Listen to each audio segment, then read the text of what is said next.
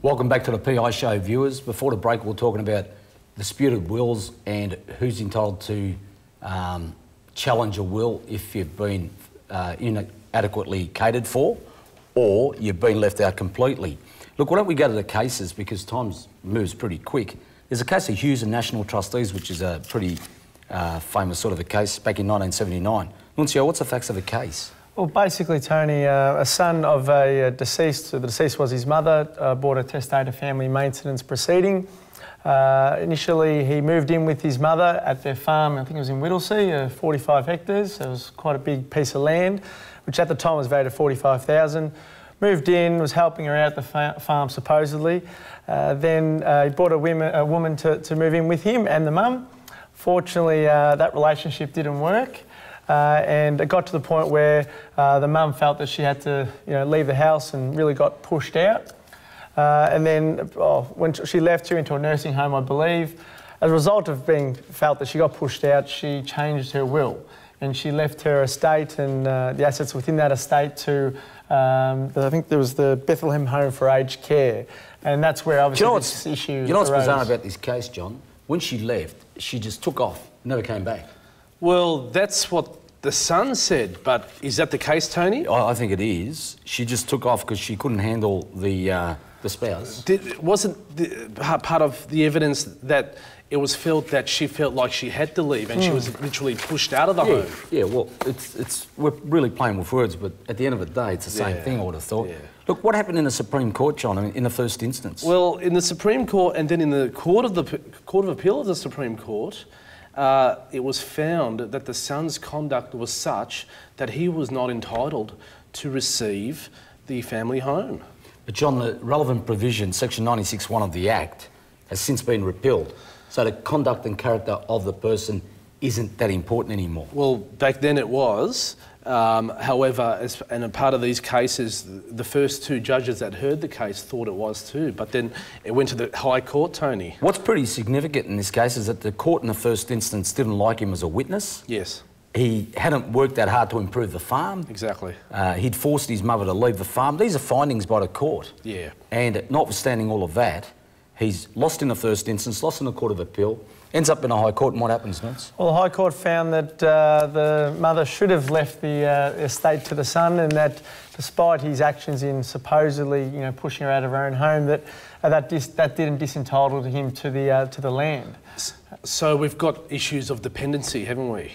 Yes. Well, and that's the main consideration that the court has taken into account. Well, Judge Gibbs in the High Court said, Justice Gibbs said that what was important was that she made him believe that the house was going to be left to him. Okay. So he hasn't exactly gone out of his way to, help himself obtain other property. No. So he did rely on her and did depend on her for his survival. So we've almost got an issue, estoppel here, as in there's reliance upon representations that this is going to be your house for the rest of your life. It's dependency, John. He says I was dependent on her representations that I could live in the house. And the court also found that just because she felt she got pushed out, but that was really just her state of mind and not the behaviour itself. And not the actual evidence or fact. Yeah, because he didn't exactly do much to improve the family situation. I mean, the court found he was a pretty useless sort of a farmer. He was lazy, improvident.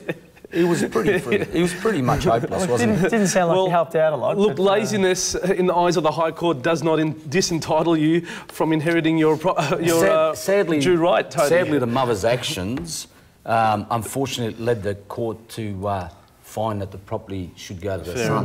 Notwithstanding the fact that he basically made a leave. So, Tony, these days you'd say if a family's telling their children, oh, look, this property is going to be yours, this property is going to be yours, there could be a lot of reliance on that, couldn't there? Moral fortitude, and also that's a good basis for you to challenge a will if you're left out, or if the property's not left to you in the future. That's on the proviso that during the course of their lives they haven't given you other properties or monies and things like that. Exactly. And it comes down to proof. Exactly. Yeah. Sadly, when you get in those situations, the person that can best give evidence is deceased. So it opens the door up, doesn't it? Well, it always leaves matters to interpretation. Look, I want to get onto this case of Nicholson and others and Nags. Now, this is a little old lady that lived in Mount Martha. What are the facts of that case, John? We're talking about a 17-hectare property in Mount Martha, Tony, worth a stack of money, $15 million. Yeah, $15 million at the time of the case, which was in 2009. Exactly. Now, she had no dependents apart from, and no relatives apart from some distant cousins, or one cousin. Bit strange, doesn't She it? was unusual, very unusual. She had no siblings, no brothers or sisters, just one child family. She lived to a very old age. She made 3 wills over a period of time, didn't she, Tony? She did. And it's amazing how well treated she was by the neighbours. The neighbours that was the basis to changing her wills. The neighbours were very helpful to her. Took a lot of care. Took a lot of care of her. It's easy to be suspicious that they know that she's got no dependents or relations or family members, and she's not exactly a spring chicken. Well, this ended up in the Supreme Court, didn't it, Tony? It did. 30-odd day hearing. Well, look, she made a couple of wills. It would have cost a lot of money in legal costs. Well, that's right. Well, she made a couple of wills, and in one of them, she left quite a bit of money to the Cat Protection Society and the RSPCA. Fair enough. Now, then she made a further will where she left the charities out. Yep. And she left all the properties to the neighbours. To the neighbours. Yep. And someone come along and challenged the will. Who was that, John? The cousin. The distant cousin. Okay. On behalf of also the charities. The charities, yes. So someone would have had to put their hand up, and he did. Of course, yes. Okay. And what happened when it went to court in the first instance, Nods? Well, in the first instance, the cousin on behalf of the charities weren't successful. It found that, because she made two wills subsequent to the first will, which is in 1999 and 2001. They found the 1999 will was valid and that the cousin and also the charities had no entitlement pursuant to that will. And that's because of her health at the time, which was fine. Yeah, in 2001 they found that she was suffering from Alzheimer's and advanced dementia and that she didn't have the sound mind and capacity to I suppose, execute that will properly. But in 1999 the evidence was that she had enough, I suppose, capacity and mental state of mind to make that will. Look, we're going to have to move along a bit because time's... The neighbours made a lot of money out of this case, Tony. Oh, yeah, for sure. It was a windfall. There's no doubt about it. Well, look, it was appealed. However, they came to a settlement where the neighbours provided $4 million to these respective charities, which, look, I thought was... And between 3 neighbours, they distributed $11 million. Yeah, well, I thought it was, everybody won out of it. They must have taken a really lot of good care of her. Well, let's just say this. The other thing people should know is that, the viewers should know, is that any costs, provided the person that brings the action's not frivolous or vexatious, comes out of your estate. So it's almost like a free kick, isn't it? That's right.